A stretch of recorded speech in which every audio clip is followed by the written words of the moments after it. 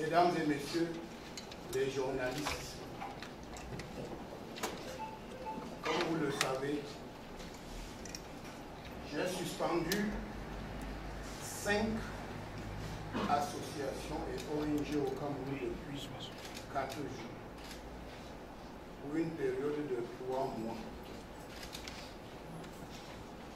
Après avoir exploité les rapports de l'Agence nationale d'investigation financière, ANIF, le MINAT a constaté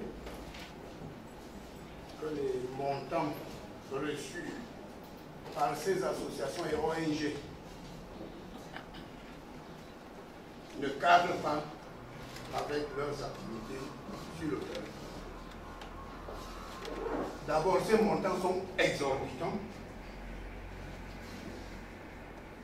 et n'ont pas de traces si l'on tient compte des investigations menées par nos équipes sur le terrain.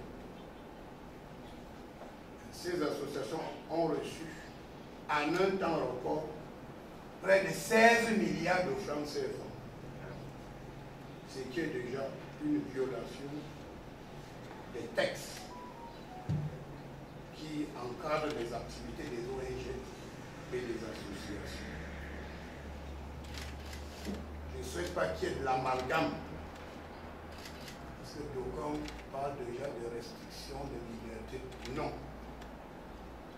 Il faudrait que ça soit clair que les activités des associations et des ONG sont encadrées par des textes.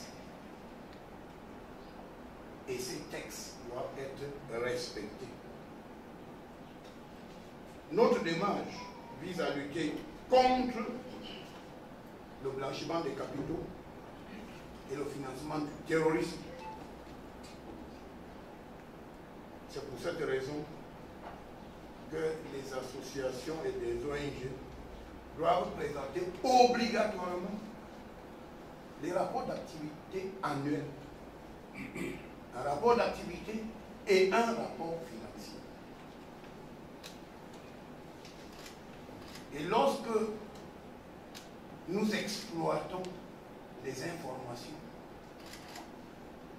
le ministère de l'administration territoriale doit être convaincu que les montants reçus cadrent avec les objectifs de ces associations. Parce qu'il y a des associations qui ne peuvent même pas recevoir des financements venant de l'étranger. Et vous êtes là pour qu'on puisse examiner les textes ensemble et prouver que le Cameroun reste un pays de liberté. Ces libertés voulues par le président Paul Biya. C'est le président Paul Biya lui-même, sans aucune contrainte, qui a demandé à son gouvernement de faire les ouvertures nécessaires pour permettre aux Camerounais de s'exprimer, pour faciliter la création des ONG, des associations. Mais parce que le chef d'État lui-même était convaincu qu'il peut y avoir des abus, on a essayé de cadrer ces activités avec des lois. Et pour nous, ces lois doivent être respectées. Je vous en donne quelques exemples.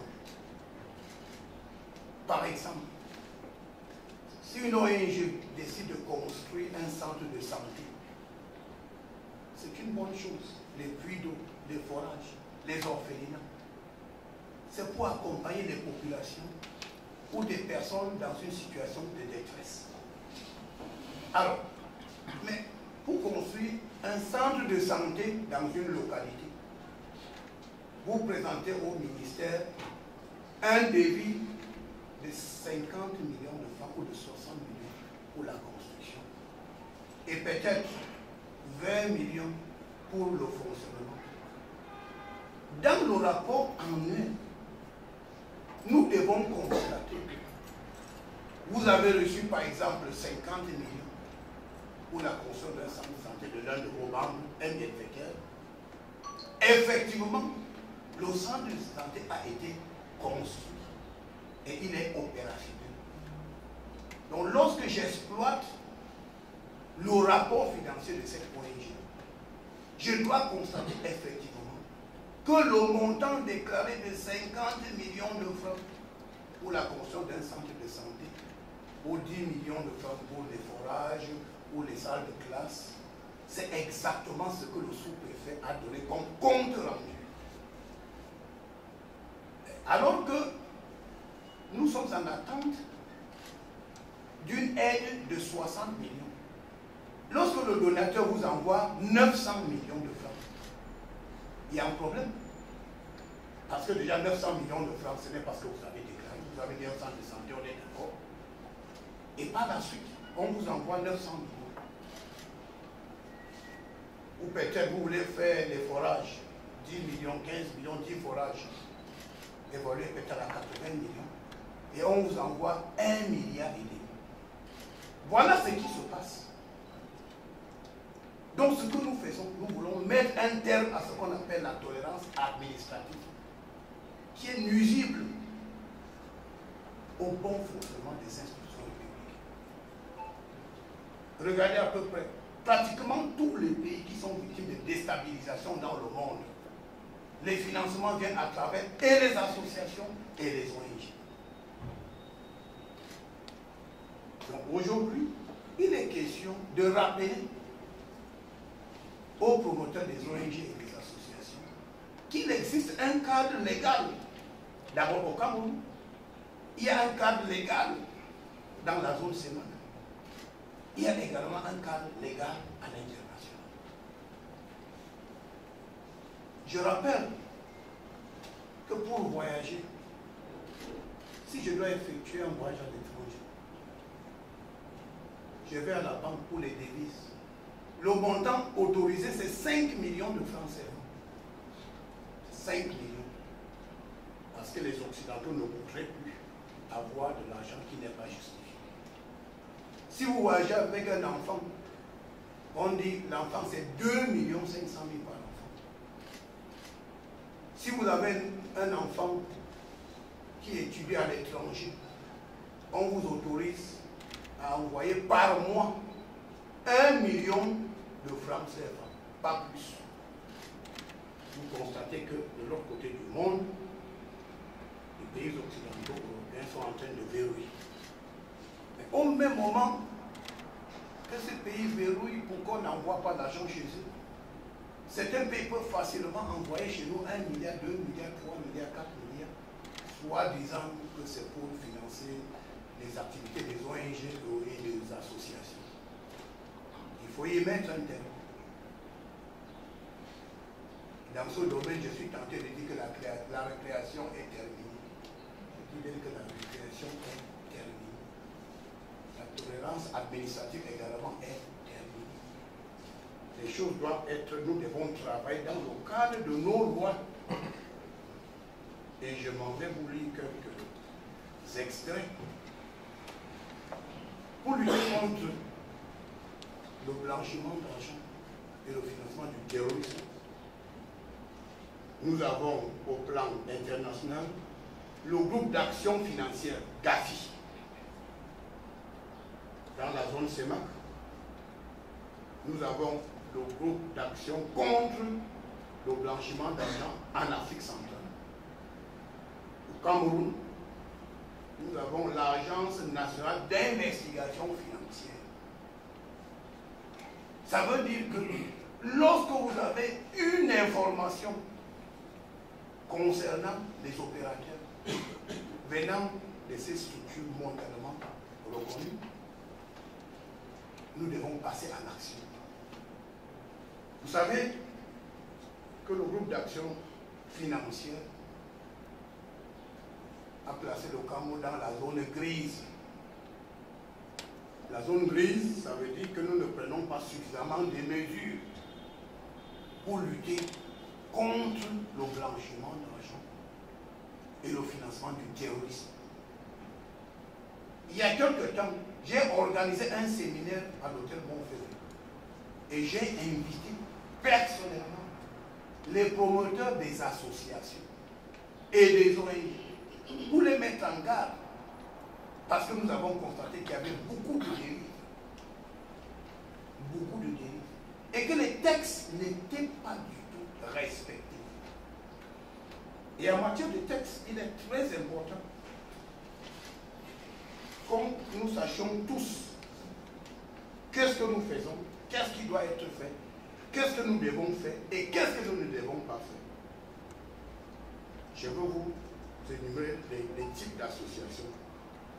Il y a des associations soumises au régime de la déclaration, cadre juridique applicable. Loi numéro 90-053 du 19 décembre 1990 relative à la liberté d'association.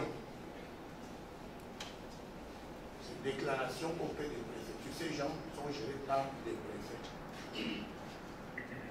Type de financement. Lorsque vous avez des associations déclarées au niveau des préfets, le financement provient de vos membres et adhérents. Vous avez une association déclarée au niveau des préfets. Je prends un exemple comme REDAC. Vous ne devez pas recevoir un franc venant de l'étranger. Un franc CFA. Si vous avez 10 membres, 15 membres et tout ça. Ce sont ces personnes qui soutiennent vos activités. Nous avons les organisations non gouvernementales, cadre juridique. C'est la loi numéro 99-014 du 22 décembre 1999. Ces ONG peuvent recevoir des dons, des legs et certains financements par des organismes nationaux et internationaux. Toutefois, ces financements-là sont encore encadrés. Parce qu'il faut savoir qui vous donne de l'argent. Lorsque nous disons on lutte contre le blanchiment d'argent, les gens qui vendent la drogue, chanvre, cannabis, cocaïne, héroïne, c'est des gens qui sont étiquetés comme étant des personnes de moralité douteuse et des gens dangereux. Donc vous ne pouvez pas recevoir l'argent de ces gens. Quelqu'un qui vend la drogue ne peut pas soutenir votre activité. Au risque de vous mettre comme complice de ces activités illégales.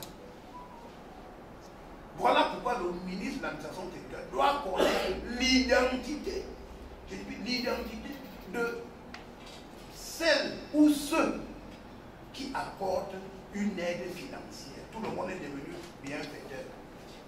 Il n'y a que Jésus qui est le bienfaiteur sans contrepartie. Il n'y a que Dieu qui est bienfaiteur sans contrepartie.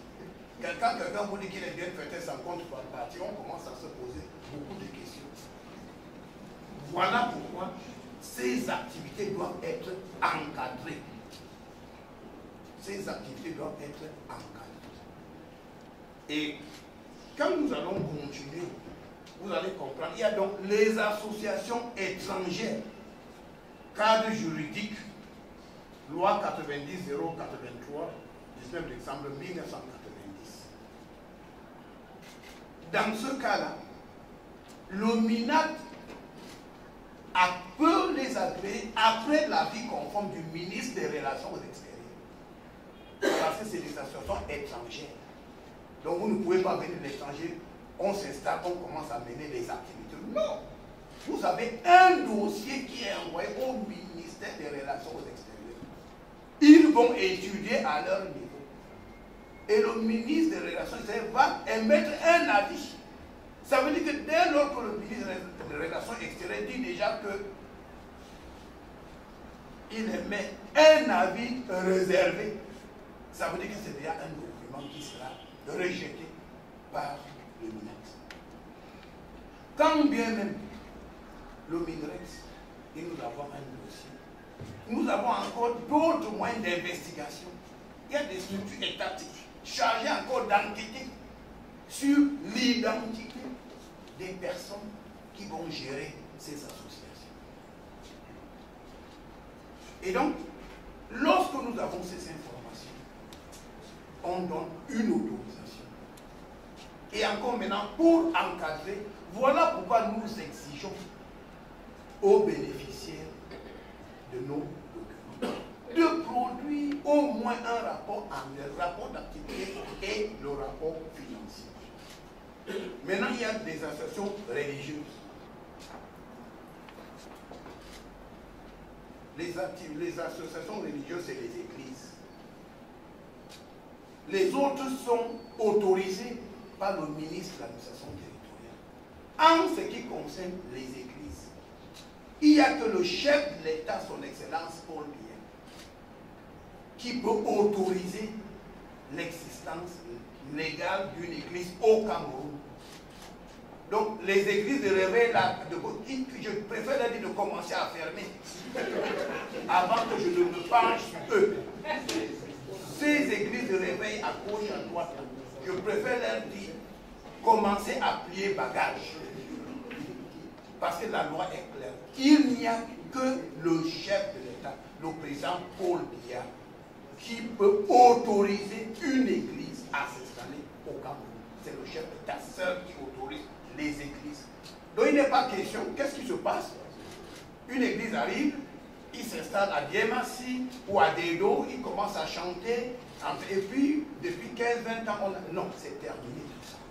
Vous devez avoir un dossier régulier qui est étudié par le MINAT. Et le MINAT va formuler un avis. Mais c'est le chef de l'État qui décide en dernier ressort. Donc je souhaite que nos lois soient respectées. Il y a également des associations reconnues d'utilité publique. Une fois de plus, c'est un décret du chef de l'État. Le MINAT ne me donnait pas un pouvoir qui n'est pas le mien.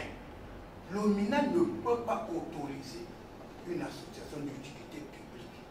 C'est le chef de l'État qui a un niveau très élevé d'appréciation. Les états de service qui peut autoriser. Donc, il faut que nous soyons clairs. Les églises, c'est le chef de l'État. Les associations d'utilité publique, c'est le chef de l'État. Dès lors que vous n'avez pas reçu le décret du chef d'État, vous ne pouvez pas exercer dans ces domaines. Donc si pour une raison ou pour une autre, vous avez commencé vos activités sans ce décret du chef d'État, le conseil que je vous donne, c'est de fermer. C'est de fermer et attendre les hautes directives du chef de l'État, sanctionnées par un décret. Il faut éviter les amalgames. Il y a des choses qui sont du ressort du ministre de l'administration territoriale, il y a d'autres, c'est le chef de l'État. Et le chef de l'État a son timing. Le chef de l'État, c'est le juge de l'opportunité. Vous avez un dossier pour une église, le chef de l'État va considérer l'environnement politique, social, et il saura à quel moment il peut autoriser votre église. Vous voulez l'utilité publique, vous attendez également le chef de l'État. Donc, nous voulons déjà, ça c'est le cadre juridique. Maintenant, nous allons passer à ce qu'on appelle le fonctionnement et les restrictions. Article 46, règlement CEMAC. Obligation de vigilance particulière à l'égard des organismes à but non lucratif. Voilà ce que dit la loi. Tout organisme à but non lucratif qui souhaite collecter des fonds, recevoir ou ordonner des transferts de fonds, doit s'inscrire sur un registre mis en place par le ministre de l'administration territoriale, pour le Cameroun, ministre de l'Intérieur pour les autres pays. Toute donation faite à un organisme à but non lucratif d'un montant égal ou supérieur à 500 000 francs CFA doit être consigné dans un registre ouvert au ministère de l'administration territoriale ou au ministère de l'Intérieur. Donc quand vous recevez déjà 500 000, vous devez le déclarer. Aujourd'hui, j'entends que les gens reçoivent 1 milliard, 2 milliards. Regardez la disparité entre 500 000 et 1 milliard, 2 milliards, 14 milliards. Là, il y a quelque chose qui ne va pas. Plus loin, toute donation au profit d'un organisme à but non lucratif d'un montant égal ou supérieur à 1 million de francs fait l'objet d'une déclaration auprès de la NIF. Ça veut dire que si vous êtes ONG, vous avez reçu plus d'1 million. Il faut déjà que la NIF soit au courant que vous avez reçu 1 million de francs. Voici les textes. Il faudrait que nous soyons tous d'accord que cette activité est encadrée par des textes, par des instruments légaux, juridiques, qui doivent être respectés. Donc ce que nous faisons aujourd'hui, c'est un rappel à l'ordre. Je vous ai dit, vous pouvez vérifier. J'ai exercé à la banque au niveau le plus élevé, que ce soit au Cameroun ou ailleurs, et j'ai connu les restrictions des banques. Ça veut dire que quoi? Même les banques commerciales ne devaient plus recevoir ces fonds sans l'autorisation du MINAC, au risque bien d'être poursuivi de complicité, de blanchiment d'argent ou de financement de terrorisme. Donc les banques commerciales ne peuvent pas se dédouaner.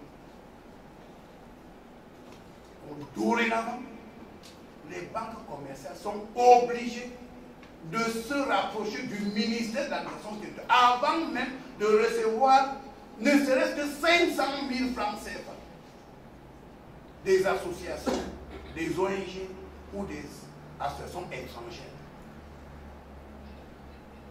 Nous devons tous être au même niveau de formation.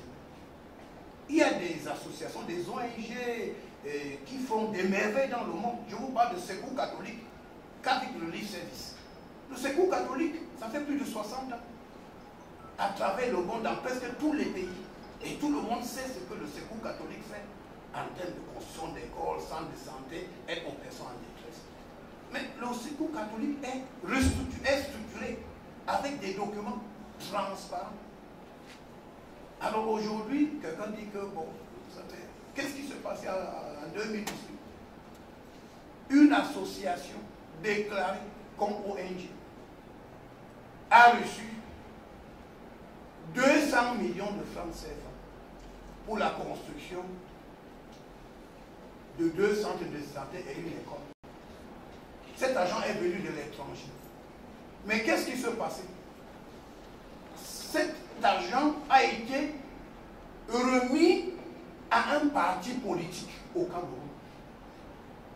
Alors que vous savez que les partis politiques ne peuvent pas recevoir les fonds venant de l'étranger. Donc ce parti politique, ne pouvant pas recevoir l'argent directement, a transité par une association qui a reçu de l'argent et qui a reversé cet argent à un parti politique.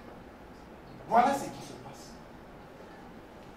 Nous vivons dans un monde dangereux. Nous devons ouvrir les yeux. Et on est là pour ouvrir les yeux, pour dire aux gens que cette tolérance administrative, c'est terminé. Je dis bien que cette récréation est terminée. Break time is over. Il faudrait que les gens sachent que les ONG, les associations étrangères, les associations sont encadrées par des textes. Et ces textes-là, ces lois doivent être respectées. Tout le monde est obligé, surtout ceux qui exercent dans ce domaine. Quelqu'un m'a dit que je suis ONG depuis 15 ans, 16 ans, on ne me contrôlait pas, je recevais de l'argent. Mais est-ce que c'était une pratique normale? La réponse, c'est non. Maintenant, nous rentrons dans un cadre légal. Je vous dis, 5 associations, sur la base du rapport d'Adif, ont reçu 16 milliards en un temps record. Alors que l'ensemble des activités, quand vous regardez ce que nous constatons comme activités et des investissements, c'est moins de 400 millions de francs. Ça veut dire qu'il y a près de 15 milliards qui se baladent dans la nature. Vous connaissez les défis sécuritaires dans le nord-ouest, dans le sud et à l'extrême nord. Ça ne peut pas continuer. Donc maintenant, nous allons poursuivre nos enquêtes. Parce que nous avons environ 167 ONG, plus de 500 associations étrangères, et puis des associations déclarées auprès des préfets et tout ça, c'est environ 600, qui reçoivent de l'argent de l'étranger, alors que ces associations ne doivent pas recevoir de l'argent. Donc, j'ai voulu faire un point de presse pour dire d'abord pourquoi nous avons suspendu ces ONG et ces associations. Et c'est une façon de prouver à nos partenaires qui nous ont inscrits à tort dans cette liste grise que, effectivement, nous menons une lutte sans merci au Cameroun contre le blanchiment d'argent et contre le financement du terrorisme. Et nous allons monter d'un cran avec plus d'investigations auprès des banques, auprès des intervenants de microfinance. Et je le dis clairement, les établissements financiers au Cameroun, donc les banques agréées dans le sens de la Commission bancaire d'Afrique centrale, ainsi que les établissements de microfinance, n'ont pas le droit de recevoir plus de 500 000 francs CFA sans que le MINAD ne soit au courant. Donc les gens qui vont s'amuser à piétiner la loi seront heurtés à la rigueur de la loi. Il ne faudrait pas que les gens disent que je n'étais pas au courant. J'ai pris la peine de citer les lois au plan national, les lois au plan de la sous-région et les dispositions internationales qui s'appliquent à tout le monde. À tout le monde. Et je dis donc que je donne jusqu'au 30 janvier 2025 à toutes les associations et ONG de faire leur déclaration. Donc il s'agit de rapport d'activité et rapport financier. Et non seulement les responsables qui ne vont pas respecter ce délai,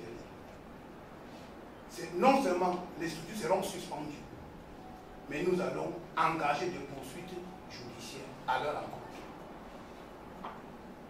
Parce que la violation est un délit de droit commun et qui sera dorénavant traité comme tel. Je ne voudrais pas que les gens me disent que nous on ne savait pas. Non, vous devez connaître ce que dit la loi. Vous devez intégrer les dispositions légales dans votre jugement. Si quelqu'un, un bienfaiteur, il dit qu'il va vous donner 100 millions, mais posez d'abord la question, c'est qui le fait. Est-ce qu'il est sur la liste noire de ceux qui blanchissent l'argent? Si c'est là, vous ne prenez pas.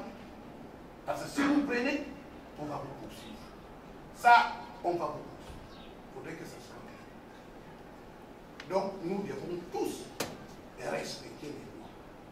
Comme j'ai dit, le président Paul Biya a lui-même donné les libertés. Est-ce qu'avant 1982, on pouvait créer des associations?